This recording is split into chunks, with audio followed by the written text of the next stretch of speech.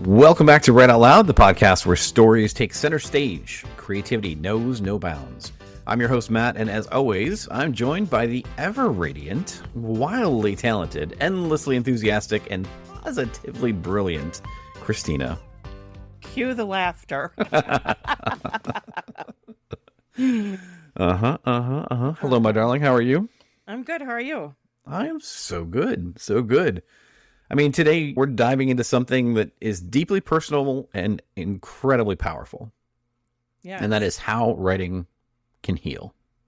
Yes. Right? More and more people right now, especially in this time, this day and age, there's lots of stress out there, right? No matter what that might be, whether it's just the world, whether it's finances, whatever it might be, there's a lot of stress.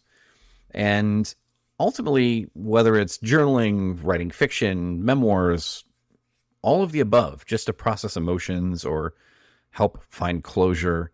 You know, personal storytelling isn't really just about crafting a good narrative. It's really about self-discovery, growth, and sometimes even survival.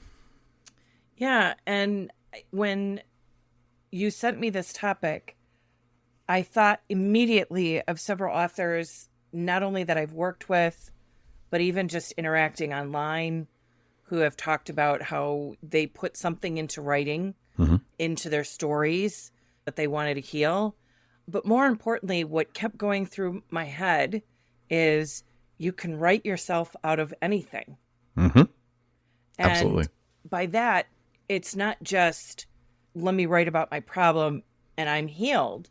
But typically, the people that I know, the writers that I know, are mostly fiction.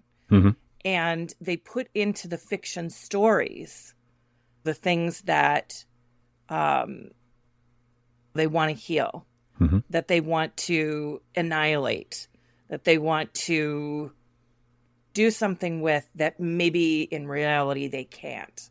You know, that ex that screwed you over. Okay, let me write him into a book. What is the famous... I'm going to paraphrase it, but don't piss the writer off. They'll put you in the book and kill you. Yes, I was thinking that exact quote. Yeah. Yeah. I think there's even, and I don't know the name. I'll have to see if I can find it after the fact, but there is a therapist that really talks about writing about your situation or writing about your life or whatever is kind of giving you that stress or weighing you down. Write about it, but write about it in third person. Write about it. This is what's happened to so-and-so. This is what they did today, right? This is, and you can take even all the mundane stuff. It doesn't have to be, again, in a lot of cases, this is not necessarily for an audience. This can be just for you. Absolutely. And I think sometimes when you're given the freedom that no one is going to see this, you actually feel more free, you know, allowing those vulnerabilities coming out, allowing yourself to really feel what it is that you're feeling and let it go. For myself, not necessarily like on the therapy side, but I actually handwrite my notes, handwrite it for this podcast, handwrite it for classes I'm going to be teaching, handwrite it for whatever, because there is something with the process of actually putting the pen to paper, writing out the words that is different for me than typing something out, you know, and it's processed in a way that for the class, a lot of it's about memorization, and that memorization can't happen if I'm typing. So Sure. it's got to be handwritten journaling, if you will. Yeah. in that one. There's definitely a direct brain connection to just writing that out longhand. But Yeah. I think if you think about those moments too, where you want to, maybe you're up against a problem. Maybe it's something financial. Maybe it's something just an argument you're having with a loved one, family member, stress, drama, whatever that might be. Taking that scene and writing about it again, maybe third person, maybe not, maybe first person, but just writing through it, and it helps you clarify and crystallize your thoughts a little bit more so that you can break through maybe whatever that is and find a solution that will work, right? Because to your point, it could be something that would never actually happen in real life for a number of reasons. Yeah. But it is okay in that forum. Or on the other side of that, maybe it is an actual solution you come to that you're like, holy crap, this would work really well. So being able to think through those things and using different senses, again, touch, maybe it's even if it's just typing or writing, but being able to use that and work that story out for yourself is a good way to go. And again, what you were saying about that, sometimes when you're free writing, your brain can come up with solutions that you didn't know were even there. Mm-hmm. I mean, when you talk about free writing, automatic writing, some people call it, it's allowing your brain to just free think. And when you're in that space of freedom, sometimes a lot of the blocks come through, things you hadn't thought of before, like you were saying, solutions that just were not even in the realm of possibility. Oh, here's the answer to my issue. Yeah. Yep. Yeah, there's a number of people that have written books too. And again, it's a memoir or it's a retelling of the story. But think about, there have been people like J.C.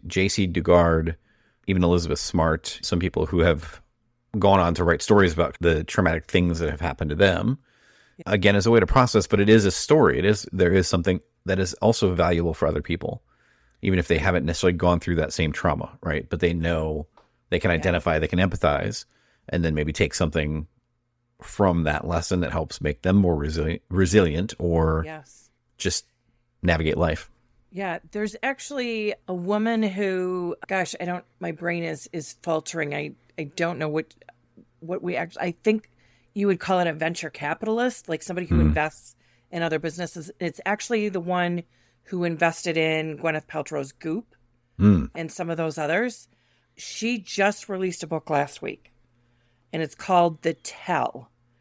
And she was on the Drew Barrymore show, and they wouldn't even actually tell us what it was, the trauma that she went through. Because Drew said it unravels just like a mystery. Like you're trying to figure out, because apparently she had suppressed this trauma and didn't even remember it happening, I guess. I have not read the book, so don't come after me if you've read it and I'm not getting it right. But I want to read it simply because of the way that they talked about it. And especially, I am all for nonfiction books that read like fiction. But what was interesting is that here is this very accomplished woman who invests in other people's businesses that become hugely accomplished and productive. But yet, she didn't know this had happened to her. And she actually said, and this was my point, was that she started journaling because she realized something was disconnected. It was actually her daughter who brought it to her attention and said, Mom, you're not real. Because she's perfect. She was the perfect wife, the perfect mother, the perfect business owner. And she talks about running. She would run every morning, get up at a god-awful hour and run. And she realized that she was running from something, but she didn't know what that something was. And so she started to journal. And it not only helped her heal, but when a New York publisher came to her and said, hey, would you write a business book? You know, because and for the life of me, I can't remember all of the businesses, but there were several on there that you're like, wow, she invested in all these? Man, I need her phone number. Right. Anyway, so she wrote this, and then New York came to her and said, we'd love a business book from you. And she said, well, actually, I don't have a business book, but here is this journaling I've been doing for the last few years. And the editor read it and loved it. And that's the book that was released. But the point is that this is someone who did exactly that. She didn't know what was wrong with her. Mm-hmm. And she took writing and made it her therapy to figure out why her daughter would think that she's not real and why she's not connecting with the rest of the world and whatever it was. That, of course, Drew said, we're not even going to tell you what this is about because you have to read it for yourself. Spoiler alert, right? Yeah, spoiler alert.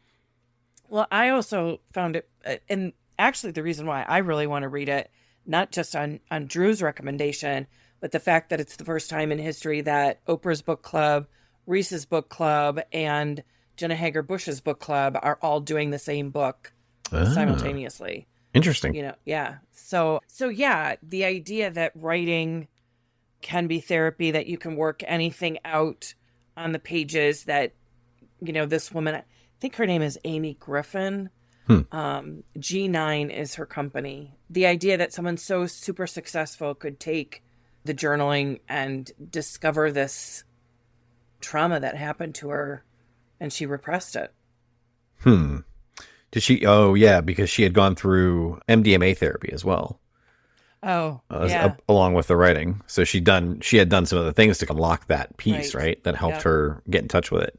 And I think what I want you to, as you're listening to this, think about the fact that this is not, we're not saying you have to have this humongously, tremendously terrible trauma in your life to do this, right? Anybody can benefit from this. Even if it's just, listen, I'm just stressed because work is busy, right? It's something as simple as that. Work is busy. We don't have enough help. I've got too much going on. I just don't know how to balance it all. Writing can be an outlet for that. We talked about the format of that being potentially maybe a first person, maybe third person, giving yourself a detached perspective for that. You could also take the approach of writing letters. And so you're writing letters to someone, pick someone, write them to Abraham Lincoln. Yeah. Who cares, right? The idea is that you're sending that message out, that you're putting together that story, and you're telling that in a way that is going to make the most sense. Really, kind of at the end of the day, you can go back and read it yourself and hopefully get something from that as well. But I think this is just a tremendously powerful way to help move through a lot of those emotions. Sometimes we don't even understand. I think you'll find too, as you're writing them, you might get into more things that you're like, oh, I didn't even realize that affected me as much as it did. So, well, I think it's also turning to talk about specifically fiction. So we're not talking nonfiction, but sometimes I actually think it helps twofold.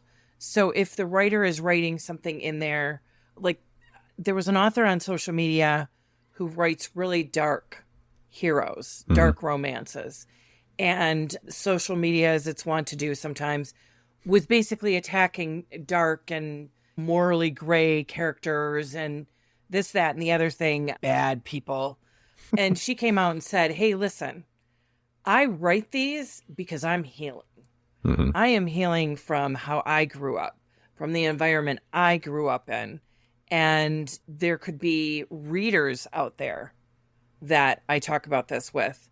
And they read my book, they feel a connection, they feel like it's okay to step into something different.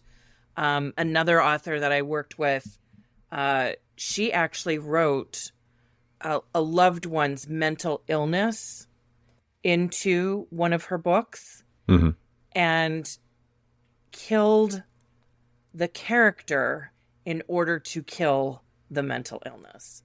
Oh, that's her own little way of lighting the fire, lighting the bomb. But it's also interesting that, you know, I can't tell you how many times I've heard from authors that their readers were helped in a situation because they read something from that author. So I think it can be twofold. For fiction, it's not only writing as therapy and writing as fixing your problems or nuking something that you can't fix or healing in some way. That also then, when you publish it and put it out there, it in turn becomes another form of healing for the readers, for the, person that may have dealt with whatever issue it was and seen that, okay, this is the happily ever after for them and I can have my own. Yeah. Yeah. I think there's also an opportunity there if you've got, even just from a fiction standpoint, if you've got somebody close to you that's passed. I know there are several stories out there where people have used those people to keep them alive, right? Actually used their name and made them a character in the story to keep that memory going and keep them alive and, Yes. and well within their mind. And it is an interesting exercise, I guess, right? In how you both honor somebody that's passed, but then also maybe help cope with the loss as well. I think it's another version of, again, just everything we've talked about so far, right? Which is how do you use this creative medium to get some healing? And I think that's the point.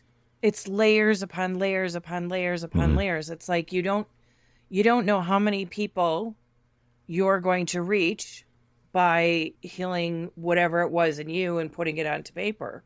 Whether that is the tell, which is a memoir, or a piece of fiction that, a reader connected with and was able to leave their abusive husband, or was able to face an addiction because the character faced an addiction.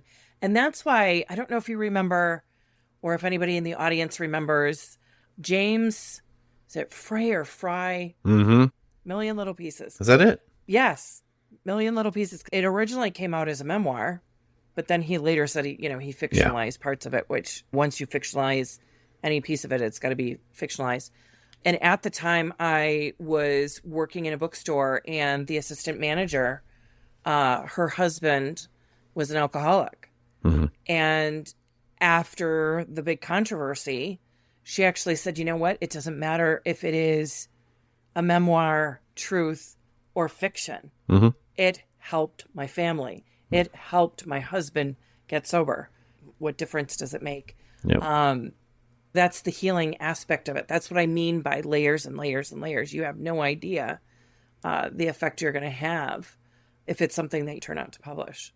And this Amy Griffin, The Tell, she never intended on publishing it. She wrote it strictly for herself. And then when New York approached her about doing some project with them, she's like, could this possibly be it? Sure.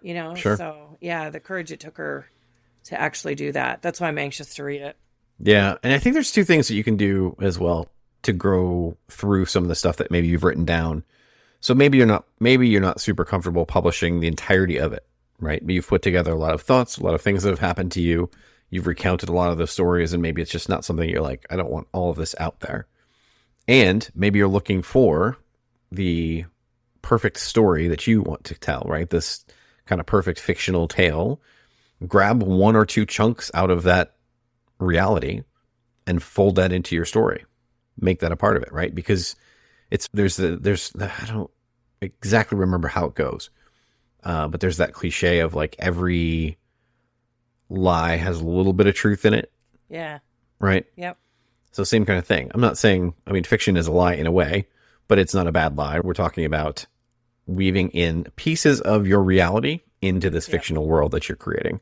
And a lot of times it can be much more rich because you're writing from the heart. You're writing from what you know and experience. And that tends to bring a lot more power to it.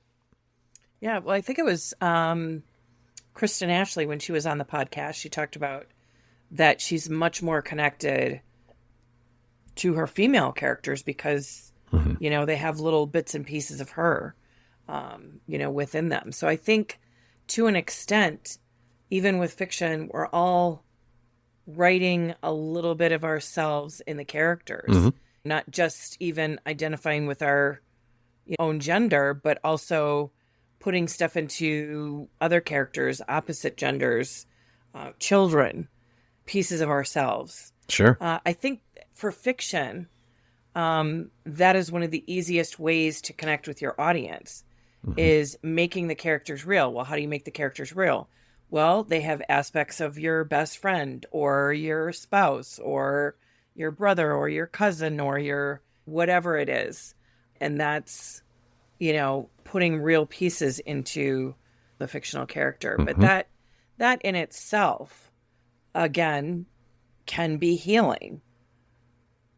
Yeah, 100%. I think there's so much there's just so much you can do.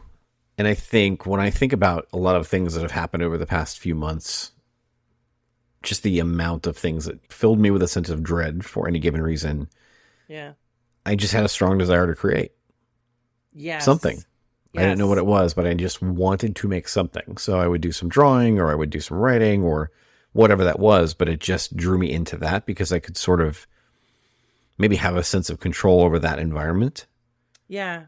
to a degree, Well, and then express myself a little bit more clearly too. and I think any act of creativity is an act of courage.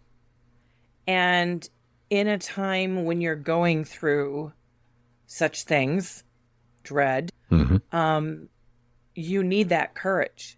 Mm-hmm. You need that courage. And so I know it was a creative somewhere along the line. This is not originating from me. But creativity is an act of resistance in itself Mm-hmm. to whatever is going on with you. The fact that you are giving yourself the space to create, and maybe what you're creating out of that will be some sort of definition Mm-hmm. to that time that you were in. Yep. Yep. So all to say, make something, Yes. right? Just feel that draw, feel the fact that you, whatever you're dealing with, just let it out, express it. Even if you never share it, this is one of the best ways that you can possibly do that. Do it for yourself. Do it for yourself. Do it for your loved ones. Do it for everybody, right? Because everybody benefits in some way. Yes. Wow. What a conversation. Well, if there's one thing we've learned today, it's that storytelling isn't just about entertaining. It's also about understanding ourselves on a deeper level and maybe finding some healing along the way. So writing has that power and the power to transform on top of that. And it also helps us bring clarity to sometimes the messiest parts of our lives. So thank you. Thank you so much for joining me. Thank you for listening. And if today's episode inspired you, we would love to hear from you. Share your thoughts, your own writing experiences, or even just a personal story you've written. You can find us on social media at Write Out Loud Pod, or send us an email, Christina at Book Matchmaker, or Matt at writeoutloudpod.com. So until next time, keep writing, keep telling your story, and as always, write out loud.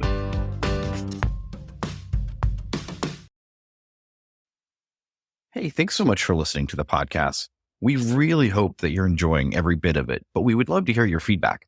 Drop us an email either to Matt at writeoutloudpod.com or Christina at bookmatchmaker.com. We would love to hear your thoughts. What's working, what's not working, and what do you want to hear more of? Thanks so much. We really appreciate it.